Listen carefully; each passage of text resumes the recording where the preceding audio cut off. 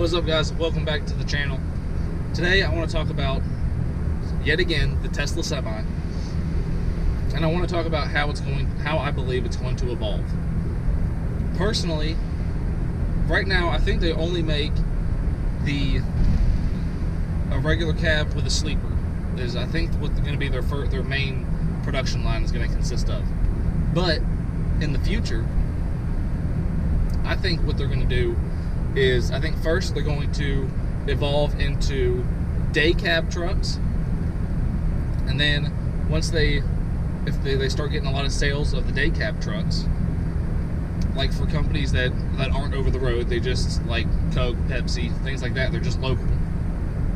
And then I think what they're going to do is they're just going to take that Semi and they're just going to extend that frame just a little bit and put a box on it and make a straight truck out of it.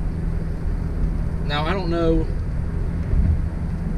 if they would have the same cab setup, if they would do that, just stretch the frames out and put a box on it to make it a straight truck.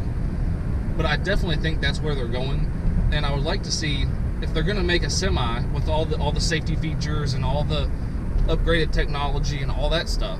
I would definitely like to see all that stuff into a straight truck, because I'd say that there's more straight trucks on the road than regular semis. So if they're going to put all the safety features into the semis, why not give the straight trucks an upgrade too and put all those features into a straight truck, so that way they can all have all the torque, all the safety features, and everybody can benefit from it. And another thing is, if they do evolve into straight trucks, something I want to know would be, if they evolve into the straight trucks, would they still have the convoy mode? And if they did, I wonder how reliable that would be, if it would be still more efficient than a train with a smaller truck. But also, on the other hand, if they take the same motors and cab and maybe shrink the cab down just a little bit and turn it into a straight truck, if the Semi fully loaded can get 500 miles, the same exact setup but on a straight truck, it's not going to weigh as much and it's not going to be as long. You could probably get 700, 800 or 1,000 miles out of one charge.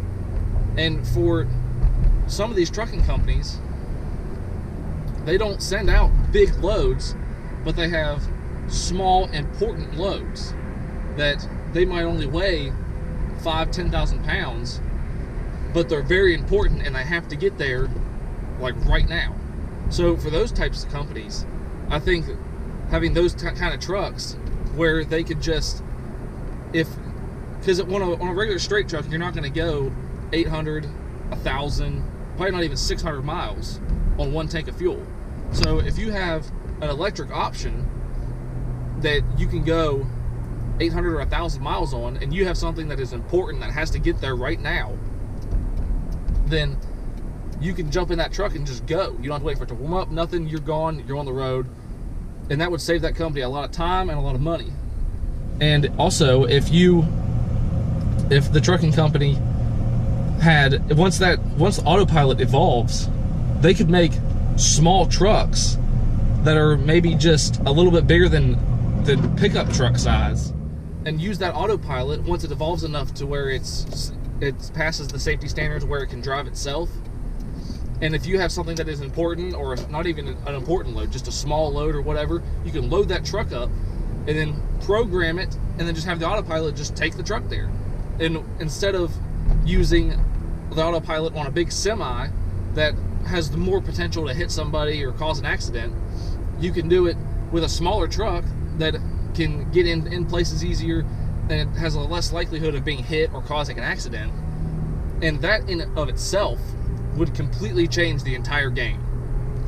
Because if you have a truck that only hauls 5–10,000 pound loads, or even 20,000 pound loads, and you have a fleet of 50 trucks and you have 50 guys in those trucks, and they're all hauling about the same load, and then you change that to where you can just walk out and just program the truck, then you would save yourself $500,000 a year. If you're paying each one of those guys, you know, $50,000, you got 10 guys, you could save yourself almost $500,000 a year just by simply having an autopilot truck.